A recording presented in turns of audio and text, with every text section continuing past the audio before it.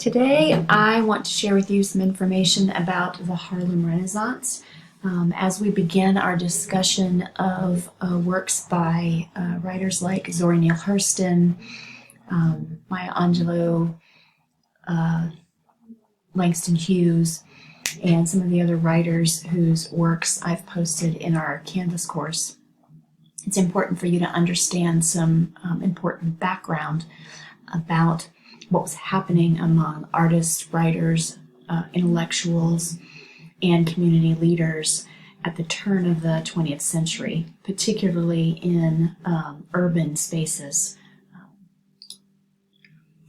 Some of the leading figures in the Harlem Renaissance were people like James Weldon Johnson, Claude McKay, Langston Hughes, Zora Neale Hurston. These were the writers whose voices were loud and influential, not just on African American readers, but also white readers, white intellectuals, and white artists.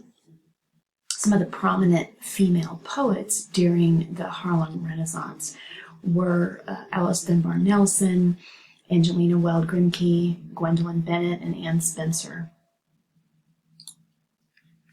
Music was another significant component of the Harlem Renaissance, and some of the leading jazz figures were people like Mamie Smith, Bessie Smith, Ma Rainey, Louis Armstrong, Cab Calloway, and Duke Ellington.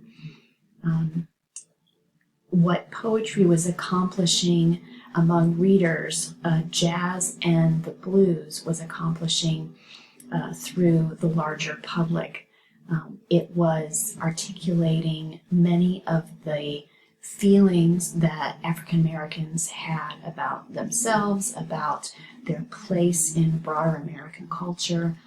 It was articulating their sorrow and grief over the long, terrible experiences of slavery, and also their celebration and optimism about changes they saw as possible following the conclusion of the Civil War. The central purpose of the Harlem Renaissance, which again was this huge artistic, intellectual, literary, musical movement that began right at the turn of the 20th century, but really gained momentum in the 1920s. That purpose was to explore and validate all aspects of African American experience and to reconceptualize people of color, but specifically Black men and women, in an affirming way that was separate from the white stereotypes that had been imposed on them. The word Negro was a label, was a word that many African Americans chose to use during this time in history. Of course, that identifier has been set aside and been rejected by many people of color, but at the time the word Negro was a way of identifying oneself and reclaiming dignity and strength in one's ethnic and racial identity. The Harlem Renaissance emerged in the first decade of the 20th century, but it really gained its most powerful momentum, particularly in large cities like New York City, Paris, Chicago, during the 1920s. Of course, that was a time of economic proliferation. It was a time of a lot of energy and optimism, and broadly in American culture. This was a result not only of economic forces, but of industrialization. So many people were experiencing prosperity. People were resisting some of the conservative moral structures and mores that had dictated American life across the last few decades of the 19th century and early in the 20th century. So the Harlem Renaissance was a part of that explosion of activity and rebellion and experimentation in American culture in the 1920s. The Harlem Renaissance ushered in the civil rights movement. It preceded all of the powerful social and political activity of the 1950s and 60s. Because the Harlem Renaissance was powered by artists and scholars, writers and musicians, it gave voice and moral integrity and political force to a previously silent and powerless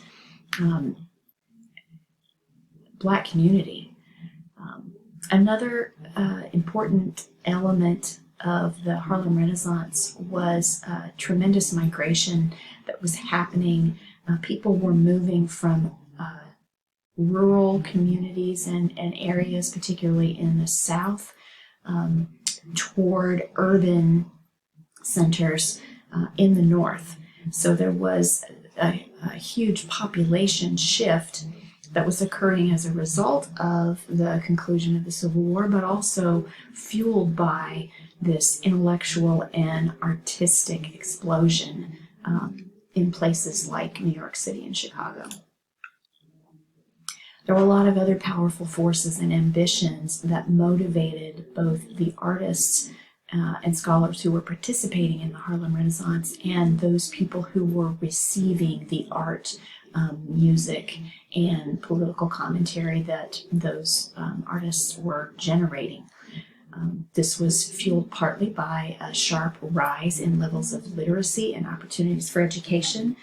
Remember, during the 19th century and during the Civil War, it was illegal for Blacks to read, to learn to write, to possess any knowledge of mathematics, be able to write or calculate numerical quantities. So following the Civil War, there was a dramatic increase in the number of people who could read and write among those in African American communities. There was also the creation of many national organizations, such as the NAACP, that were dedicated to securing and protecting civil rights for people of color. Another result, and I think force, of the Harlem Renaissance, it worked in both ways, both to fuel it and to result from it, was the development of race pride and empowerment for Black individuals. Finally, there were people, there were organizations, there were opportunities speaking for Black individuals.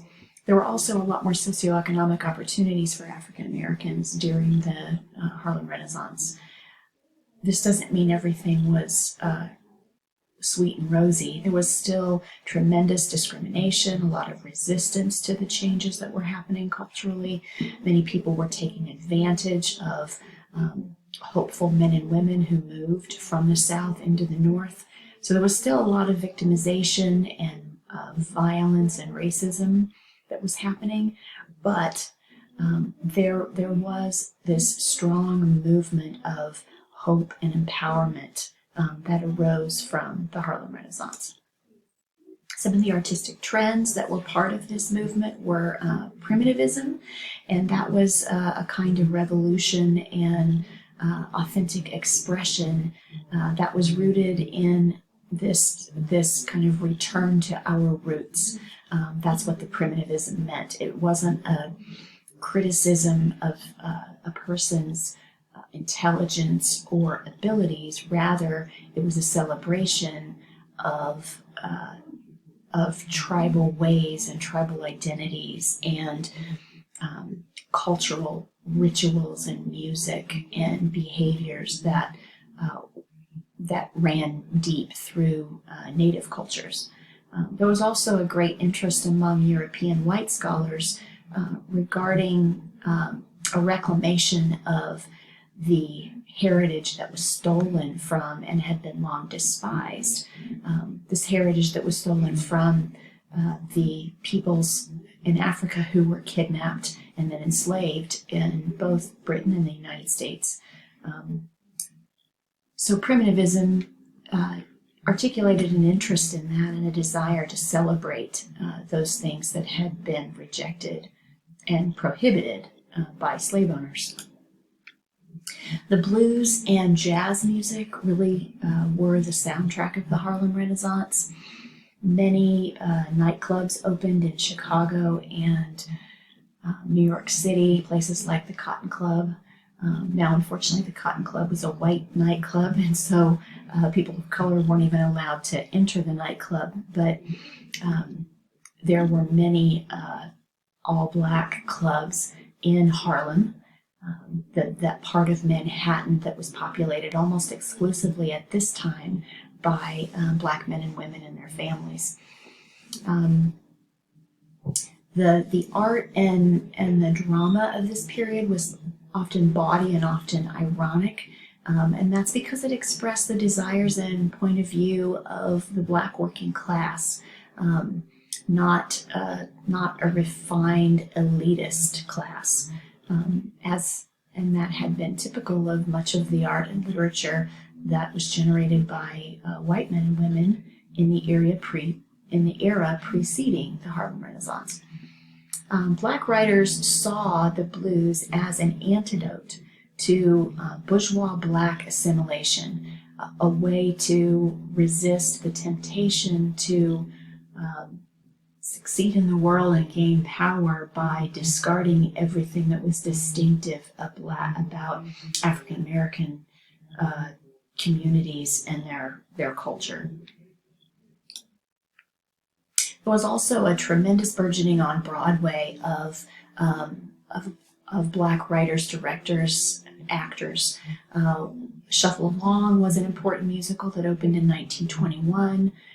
Josephine Baker was an acclaimed international singer and actress who starred in La Revue Negre, which opened in Paris, I believe, in 1925. Throughout the 1920s, there were many Broadway shows produced by black directors and producers, and these ran repeatedly on Broadway. And another change is that there were many Broadway shows produced by white directors and producers that for the first time featured black actors and actresses. Now, as I said before, there was some resistance to this change, cultural and artistic change. At the same time that many artists, scholars, writers, musicians were gaining popularity and influence in the 1920s, the Ku Klux Klan was gaining power and influence, not just in the South, but also in the Midwest during the 1920s. There was also some resistance among black scholars to the use of folklore and colloquialism, particularly in fiction, to depict characters. And this is one of the important characteristics of the novel we are reading this semester, Their Eyes Were Watching God. That did not sit well with a lot of scholars. Zora Neale Hurston is one of the prominent writers from this period. She was responding to a rising interest in the Black South, and she was responding to the call to tell the story of the South in ways that no white writer ever could. You'll notice that Their Eyes Were Watching God uses a great deal of vernacular language, meaning colloquial expressions, particularly in the characters' dialogue. We hear the characters speaking very natural voices, and then there's also the narrator, whose voice is more literary and poetic. Hurston successfully blends those two voices, which is something different that other writers really had not done. I hope that this introduction to the Harlem Renaissance gives you a little bit of background and helps you to understand better the context in which Zora Neale Hurston was producing her stories.